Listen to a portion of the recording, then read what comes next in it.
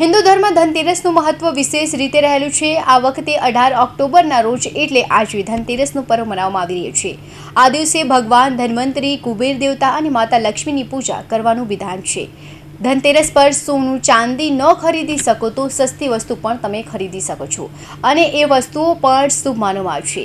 આમ વાત કરવામાં આવે તો સોનું અને ચાંદી લેવાનું બજેટ દરેક લોકોનું હોતું નથી। તો ચાલો જાણીએ કે ધનતેરસ પર કઈ સસ્તી વસ્તુ ખરીદવાથી શુભ ફળની પ્રાપ્તિ થાય છે અને માતા લક્ષ્મીની કૃપા બની રહે છે।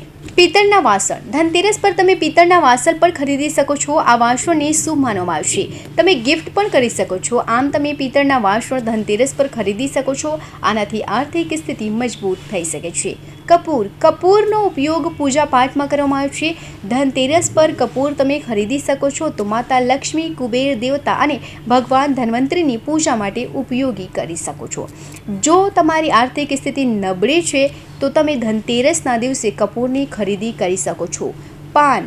આને સિવાય પૂજા પાઠ માટે ધનતેરસના દિવસે પાન પણ ખરીદી શકો છો। ધનતેરસથી લઈને દિવાળી સુધી પૂજામાં તમે પાનનો ઉપયોગ પણ કરી શકો છો। આ ઘરમાં સુખ સમૃદ્ધિ લાવે છે, સાથે તમને નાના મોટા એમ અનેક કામમાં સફળતા મળવાના ચાન્સીસ વધી શકે છે। સિંદૂર। ધનતેરસના દિવસે તમે સિંદૂર પણ ખરીદી શકો છો। એ શુભ ફળની પ્રાપ્તિ થાય છે। આ સાથે ઘરમાં રહેલા દરેક સભ્યોની હેલ્થ પણ સારી રહે છે।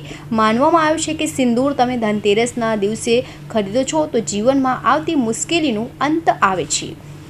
સાવરણી। ધનતેરસના દિવસે તમે સોનું ચાંદી ખરીદી શકતા નથી તો તમે સાવરણી પણ ખરીદી શકો છો। સાવરણીને માં લક્ષ્મીનું પ્રતીક માનવામાં આવે છે। માનવામાં આવે છે કે ધનતેરસના દિવસે તમે સાવરણીની ખરીદી કરો છો તો આર્થિક સ્થિતિ મજબૂત થાય છે। આ સાથે તમારી અધૂરી ઈચ્છાઓ પણ પૂરી થાય છે। આ દિવસે સાવરણી ખરીદવાથી જીવનમાં ધન ધાન્યની કમી દૂર થાય છે। Bureau report, Hind TV news, Surat.